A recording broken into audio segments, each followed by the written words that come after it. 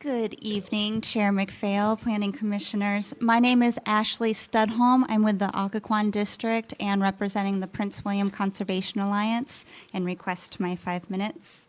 And I will also be using the projector. It's 10 minutes for you, ma'am. Oh, 10 minutes then. I'll try not to use it all. So to begin, I just want to provide a little bit of context.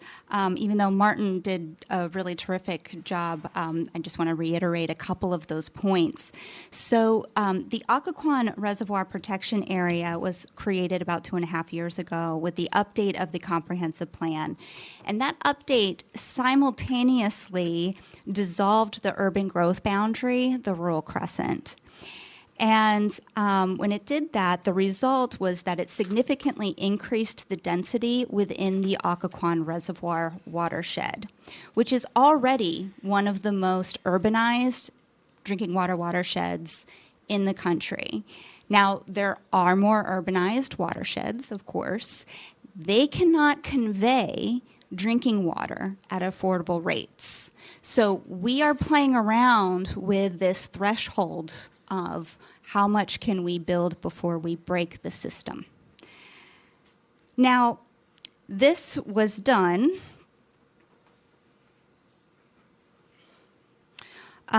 despite the request from the Fairfax Water to conduct a water study prior to making such large decisions in land use. Now, we are still waiting for the results of that study. So with this new comprehensive plan, the ORPA, the Occoquan Reservoir Protection Area, has become the county's primary strategy to protect the Occoquan Reservoir and the groundwater that's in that area.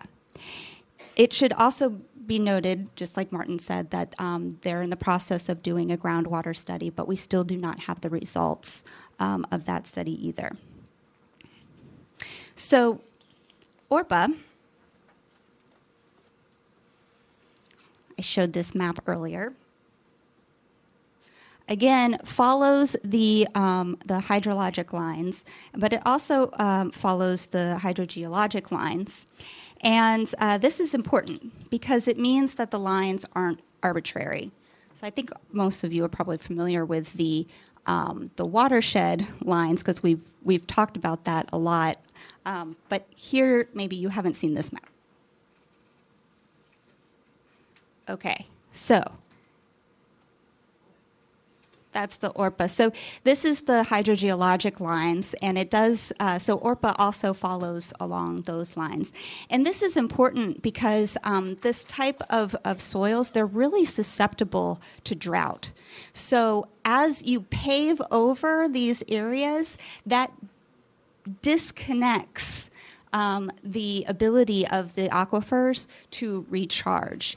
And so that is important as we move forward in discussing, how do we protect our drinking water resources? Because it is the Occoquan Reservoir, but it's also the groundwater.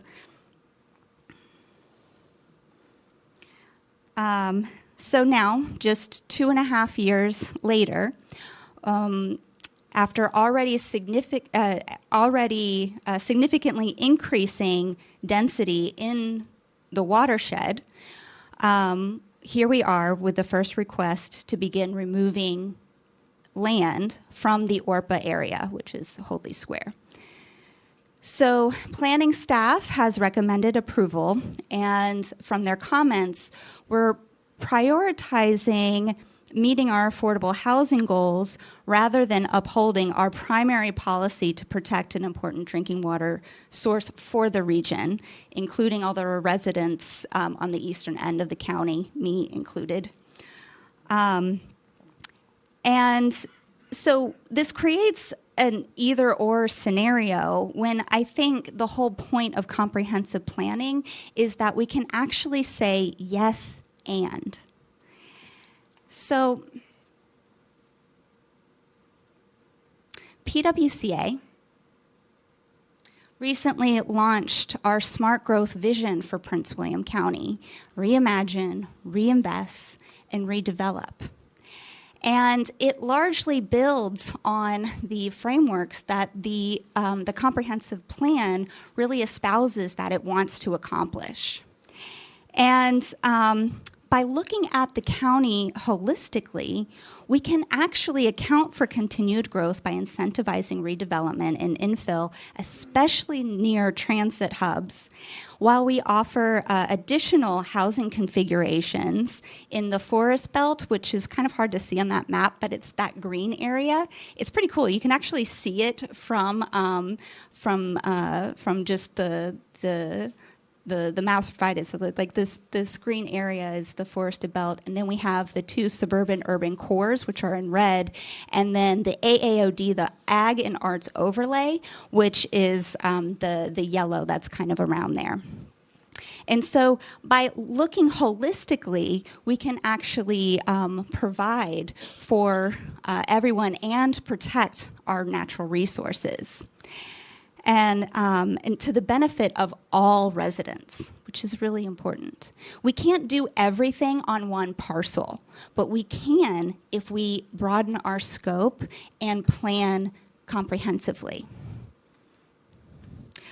I actually think it's irrelevant that we're only removing 40 acres of ORPA. I think that this is about upholding a policy, our primary policy, and sending a clear signal that we're taking this responsibility seriously.